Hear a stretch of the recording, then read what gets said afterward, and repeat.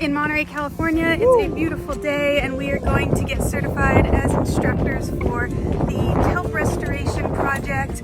So we are just going to get our gear onto the boat right now. And I'm out here with Keith Rootsart, and he is the person that founded G2KR, which is the Giant Kelp Restoration Project. And he is also a scuba diving magazine sea hero. So today we have a bunch of new instructors and new students that are going to come out to Tankers Reef, and we're going to show people how to cull urchins.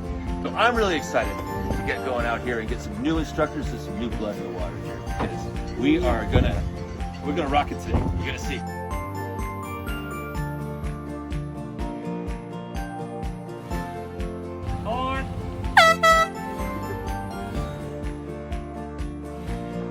Alright, we are right off of Del Monte Beach in Monterey, and all of these buoys are showing where the urchins. And you can probably see a little bit of kelp on the surface here. There's way more kelp in this spot than anywhere else, so that's really cool to see. Look at all that kelp!